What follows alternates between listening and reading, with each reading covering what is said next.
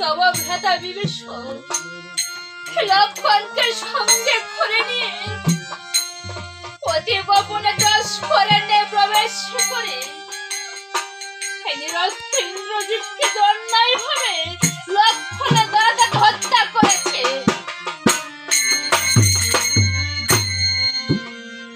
এবার রাবণ রাজা পুত্রের মৃত্যু সংবাদ শুনে উন্মত্ত পাগলের মতো ছুটে বেড়াচ্ছে আর বলছে রে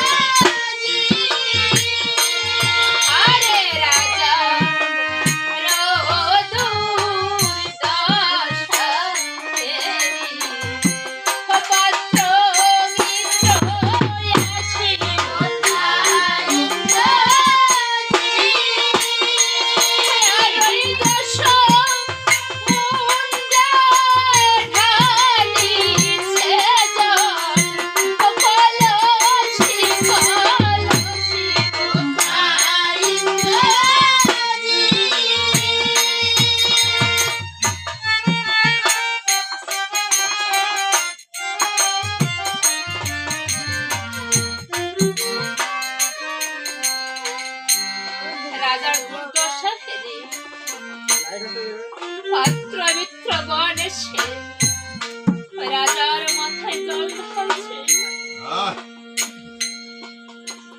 অনেকক্ষণ পর রাজা জ্ঞান ফিরে পেয়ে পুত্র শোকে উন্মত্ত পাগলের মতো ছুটে বেড়াচ্ছে আর বলছে ওরে দুষ্ট বিভীষণ আমার প্রতি তোর এতটাই ক্রোধ শেষে তুই আমার পুত্র ইন্দ্রজিৎকে হত্যা করে পুত্র হত্যার আগুন জ্বেলে প্রতিশোধ নিয়েছিস।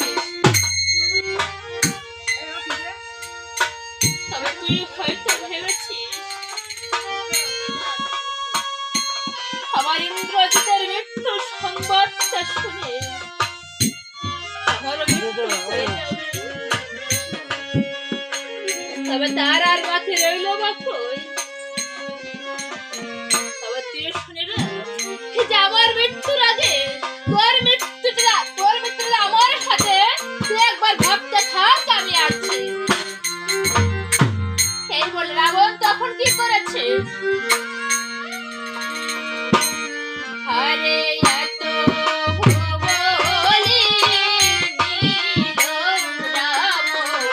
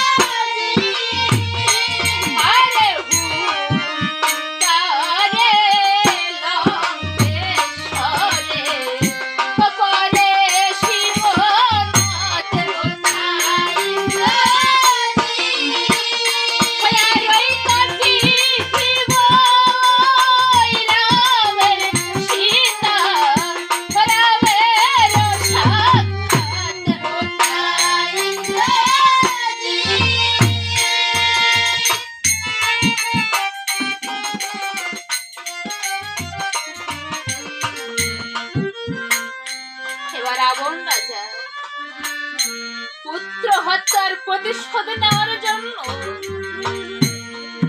তার চন্দ্রহাসে খাড়াটা নিয়ে উন্মাদের মতো ছুটে চলেছে অশোক বনের দিকে মা সীতাকে হত্যা করবে বলে। এদিকে পুত্র হারা মন্দাদরি